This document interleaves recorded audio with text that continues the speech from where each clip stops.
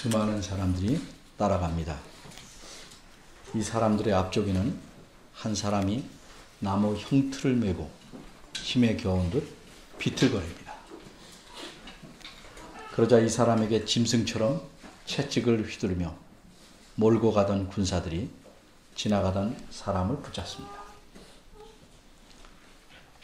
그리고 비틀거리는 이분이 매던 형틀을 대신 짊어지고 가게 합니다. 따르는 큰 무리 속에는 흐느끼는 여인들이 많습니다. 이 여인들은 가슴을 치며 슬피 울며 따라갑니다. 이 여인들은 곧 십자가에 달려 죽으셔야 할 예수님 때문에 이렇게 슬퍼하며 우는 것입니다. 그런데 모든 사람들이 예수님을 위하여 울지는 않습니다. 대부분의 사람들은 십자가에 달리신 예수님을 향하여 비웃습니다. 지나가던 사람들은 머리를 계속 흔들며 십자가에 달려 계신 예수님을 모욕합니다. 그를 십자가에 매달기를 원한 대제사장들과 서기관들과 장로들은 예수님을 희롱합니다. 자신들의 악한 죄로 역시 십자가에 매달려 있는 강도들조차 예수님을 비난합니다. 이처럼 어떤 이들에게는 예수님의 죽음이 큰 슬픔이었지만 다른 어떤 이들에게는 크게 기뻐할 일이며 비웃고 조롱할 일이었습니다. 일반적으로 말해서 사람이 죽는 것은 슬픈 일입니다. 그러나 엄밀히 말하자면 죽은 자와 내가 어떤 관계에 있느냐에 따라 그의 죽음이 슬픔이 되기도 하고 기쁨이 되기도 합니다. 그래서 한 사람의 죽음이 어떤 사람에게는 슬픈 소식이 되기도 하고 또 다른 어떤 사람에게는 기쁜 소식이 되기도 합니다. 그럼 예수님의 죽음이 여러분들에게, 우리에게는 슬픈 소식입니까? 기쁜 소식입니까? 오늘 본문을 잠시 생각해 보겠습니다. 3절입니다. 여기서 말씀하고 있는 분은 바울 선생님입니다. 그는 이렇게 말합니다. 내가 받은 것을 먼저 너희에게 전하였노니. 무슨 뜻입니까? 여기서 너희란 지금의 그리스에 있는 고린도라는 도시에 있었던 교회의 교인들을 가리킵니다.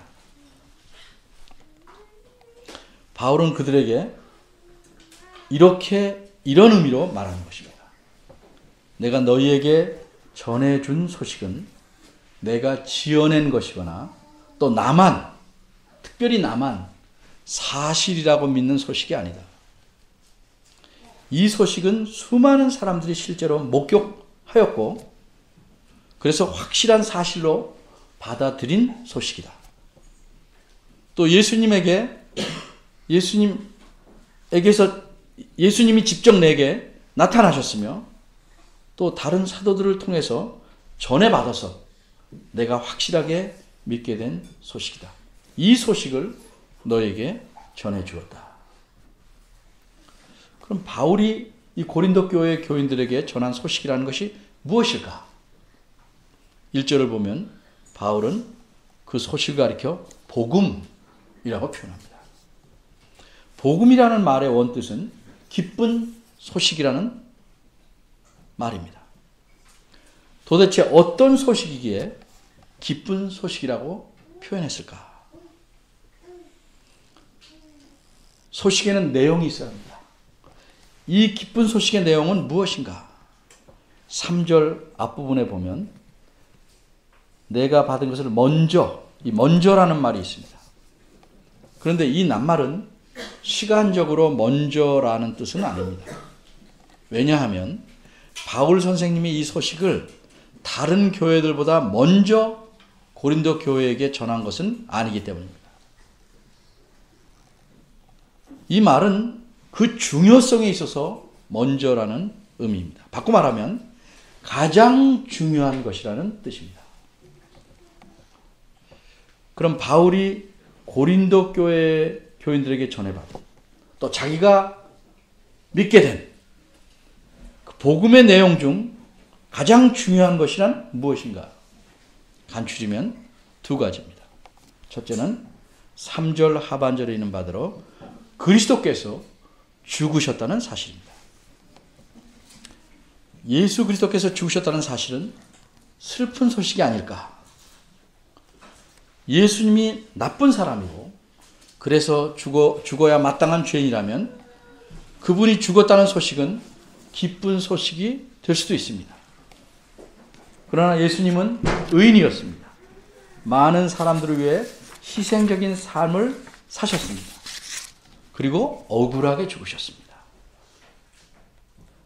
그런데 어째서 이런 분의 죽음이 슬픈 소식이 아니라 기쁜 소식이란 말인가? 그렇습니다. 예수님의 죽음 자체는 슬픈 소식입니다.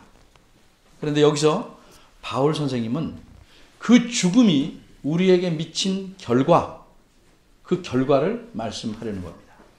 이런 관점에서 보면 예수님의 죽으심이 우리에게는 기쁜 소식이라는 의미입니다. 그러면 예수님의 죽음은 우리에게 어떤 결과를 가져왔는가? 3절은 그리스도께서 우리 죄를 위하여 죽으셨다. 이렇게 분명하게 말씀합니다. 우리 죄를 위하여라는 말이 무슨 뜻인가? 우리 죄 때문에 죽으셨다고 하면 이해가 될 만한데 우리 죄를 위하여라는 건 무슨 뜻일까? 우리를 위하여 죽으셨다. 이건 이해가 되는데 우리 죄를 위하여 죽으셨다는 말은 뭔가? 자세히 그 뜻을 생각해 보려는 사람들에게는 이런 질문들이 자연스럽게 생길 수밖에 없습니다. 예수님은 전혀 죄를 짓지 않으셨습니다. 히브리서 4장 15절에 보면 예수님에 대해 이렇게 말씀합니다. 우리와 마찬가지로 시험을 받은 자로되 죄는 없으시니라. 그러면 어째서 죄가 없으신 예수님께서 죽으셔야만 했는가? 한마디로 우리의 죄 때문입니다. 우리들의 모든 죄를 대신 짊어지셨기 때문입니다. 그런데 만일 여기서 우리 죄 때문이라고 표현했다면 이 말은 예수님께서 죽으신 이유만 알려주는 셈이 됩니다. 그러나 예수님 자신이 죽으심으로써 우리의 모든 죄값을 갚으심으로써 우리의 모든 죄를 용서받게 하기 위해서 죽으셨다는 목적을 말하고 싶은 겁니다. 따라서 바울 선생님은 예수님의 죽으신 이유와 죽으심으로써 우리에게 가져온 결과를 둘 다 표현하기 위해서 그리스도께서 우리 죄를 위하여 죽으셨다고 3절에서 말씀하고 있는 것입니다. 이처럼 예수님의 죽음은 우리와 관계없는 것이 아닙니다. 오히려 우리와 절대적으로 밀접한 관계가 있습니다. 비유하자면 은행에 수많은 돈을 빚지고 있어서 도저히 갚을 길 없는 나를 대신해서 어떤 사람이 그 빚을 모두 갚아주겠다 한다면 말만 들어도 그것은 참으로 기쁘고 놀라운 소식입니다. 그런데 우리가 우리 생명을 내놓지 않고는, 죽지 않고는 하나님에게 도저히 갚을 수 없는 빚을, 죄를 진다는 것은 하나님께서 빚을 내는 겁니다. 그 빚을 대신 갚아주시기 위해서 예수님께서 자기 생명을 바치셔서 갚으심으로 우리를 모든 죄의 빚에서 자유로운 자가 되게 하셨다는 겁니다. 말만 들어도 기쁩니다. 그런데 이것은 말뿐만이 아니라 실제로 예수님께서 우리를 위해서 죽으셔서 이루어진 사실입니다. 그러므로 이 사실은 정말로 놀라고 이루 말할 수 없이 큰 기쁜 소식이 아닐 수 없습니다. 자기가 이전에 얼마나 비참한 상태에 있었는가를 깨달을수록 이 소식은 자신에게 기쁘고 놀라운 소식이 되는 겁니다. 이 소식이 기쁘지 않은 자는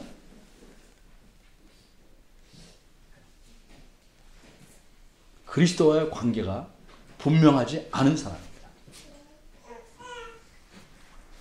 둘째로 이 기쁜 소식의 가장 중요한 내용은 무엇인가? 4절입니다. 이것은 예수님께서 정말로 죽으시고 장사 지낸 바 되었다가 사흘 만에 다시 살아나셨다는 사실입니다. 사실 예수님을 죽이고 싶어 했던 자들에게는 예수님이 다시 살아났다는 사실이, 그 소식이 끔찍하고 두려웠을 것입니다. 그러나 예수님께서 다시 살아나셨다는 소식은 우리에게, 또 예수를 믿는 모든 이에게 기쁜 소식입니다. 어째서 이것이 기쁜 소식일까요? 이렇게 한번 가정을 해봅시다. 만일 예수님께서 죽으시고 다시 살아나시지 못했다면 어떻게 되는 것일까? 그러면 예수님이 우리 죄를 위해서 죽으셨다고 할지라도 우리에게는 아무런 유익을 가져올 수 없는 것입니다. 예수님이 다시 살아나지 못하셨다면 그것은 무엇을 증거하는 것이냐면 예수님 자신도 죄인이셨다는 사실을 증거하는 것입니다. 따라서 예수님도 자신의 죄로 죽으신 것이고, 그러기에 그가 죽으신 것은 우리 죄를 결코 대신할 수 없었다는 사실을 증거하는 겁니다. 따라서 우리가 예수님을 철석까지 믿는다 해도 예수님께서 다시 살아나시지 못했다면 우리에게는 아무런 유익이 없습니다. 그래서 오늘 본문 다음에 나오는 17절을 보면 바울 선생님이 이렇게 말씀합니다. 그리스도께서 다시 사는 것이 없으면 너희 믿음도 헛되고 너희는 여전히 죄 가운데 있을 것이요. 또한 그리스도 안에서 잠자는 자도 그리스도를 믿고 죽은 자들도 망하였으리라.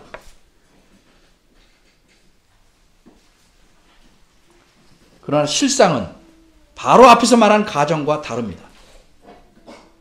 예수 그리스도께서는 우리 죄를 위하여 죽으셨고 또 장사 지낸 바 되었다가 사흘 만에 다시 살아나셨습니다. 이 사실을 가리켜 바울 선생님은 다른 편지에서 이렇게 말씀합니다. 예수님은 우리의 범죄함을 위하여 내어줌이 되었고 또한 우리를 의롭다 하심을 위하여 살아나셨느니라.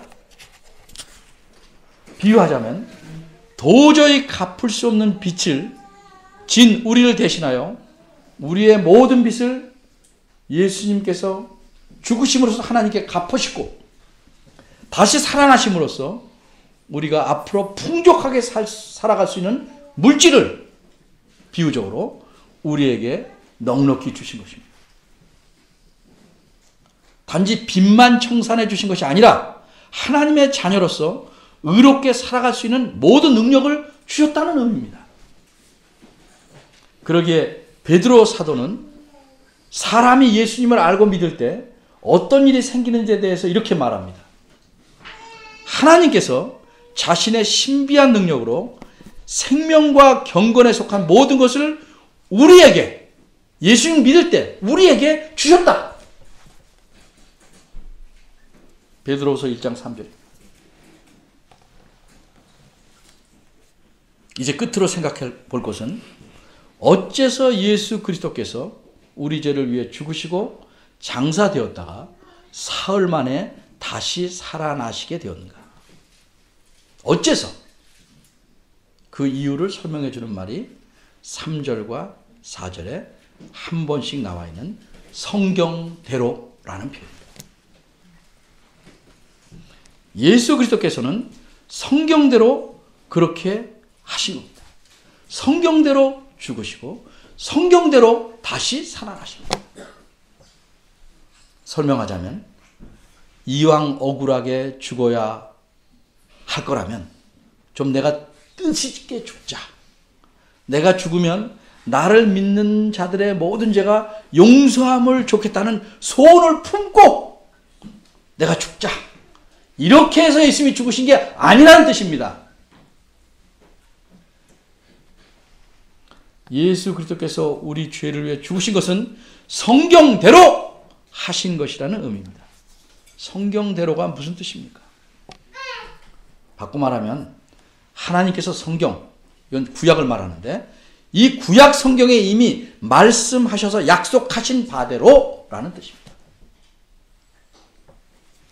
하나님께서는 이미 오래전에 예수 그리스도를 통해서 죄인들을 용서하시기로 계획하시고 약속하셨습니다. 그래서 예수님을 이 땅에 사람이 되어 오시게 하신 겁니다. 그리고 고난당하게 하셨고 마침내 십자가에서 죽게 하셨습니다. 또 4절을 보면 살아나사, 다시 살아나사라는 표현이 있는데 우리말로는 예수님께서 죽으셨다가 자기 힘으로 스스로 살아나신 것이라고 오해할 수도 있습니다. 근데 이 말은 문법적으로 말하면 수동태입니다. 바꿔 말해서 예수님께서 스스로 살아나신 것이 아니라 하나님께서 예수님을 살려내셨다는 뜻입니다. 왜 그렇게 하셨습니까? 성경대로 하신 겁니다. 즉 하나님께서 이미 그런 구원 계획을 구약 성경에서 약속하셨고 따라서 하나님께서 사흘 만에 예수님을 죽은 자 가운데서 살려내신 것입니다. 이처럼 예수님의 죽으심과 살아나심은 우연히 또는 즉흥적으로 이루어진 일이 아닙니다. 하나님께서 예정하시고 약속하시고 예수님을 보내셔서 예수님께서 이 세상에 오셔서 성취하신 일입니다. 그래서 예수님께서 십자가에서 마지막으로 무엇이라고 하시고 돌아가셨습니까? 다 이루었다. 하나님이 약속해 놓으신 것, 계획해 놓으신 것을 다 이루었다. 이렇게 말씀한 겁니다. 이처럼 우리 모두가 그리스도로 인하여 더욱 정확히 말하자면 그리스도의 죽으심과 살아나심을 통하여 하나님께서 우리에게 보이신 사랑과 은혜로 말미암아 죄사함을 얻고 하나님의 자녀가 되었습니다. 그러기에 그리스도의 죽음과 부활은 우리를 포함하여 예수님을 믿는 역사상 모든 사람들에게 넘치는 기쁜 소식인 것입니다. 19절에서 오늘 보면 19절에서 그 아래쪽에 바울은 이렇게 말합니다. 만일 그리스도 안에서 우리의 바라는 것이 다만 이 세상뿐이라면 모든 사람 가운데 우리가 더욱 불쌍한 자리라. 우리는 이 세상에서 가장 기쁜 소식을 듣고 믿었고 그 소식 가운데서 살아가는 사람입니다. 또한 우리에게는 죽어도 다시 영원히 하나님과 함께 살 수 있는 다음 세상이 약속되어 있습니다. 그래서 우리는 소망 가운데 살아갑니다. 그러기에 우리는 가장 행복한 자들입니다. 그러면 이 기쁜 소식으로 가장 행복한 삶을 가진 우리는 어떻게 살아야 할까? 기도하겠습니다.